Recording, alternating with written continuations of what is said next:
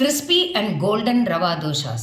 Most of us like the restaurant style crispy and golden rava dosas.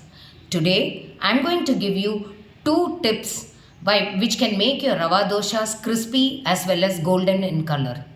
Other than this, if you have any questions, you can leave it in the comment section below because we make sure that we answer to all your questions. Tip number 1. Take a kadai, add half cup of rava or suji and fry it till the color changes.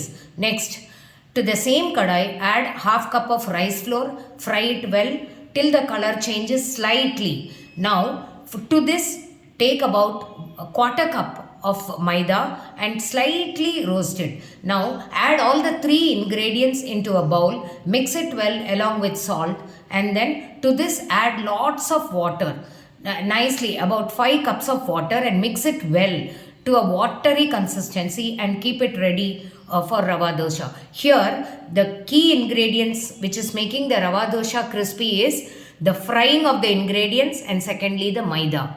Tip number 2. To the same above ingredients, while mixing the batter nicely, add a table or 2 teaspoons of ghee nicely and mix it thoroughly well with a whipper. This ghee helps the texture of the rava dosas to become golden as well as crispy. Thank you.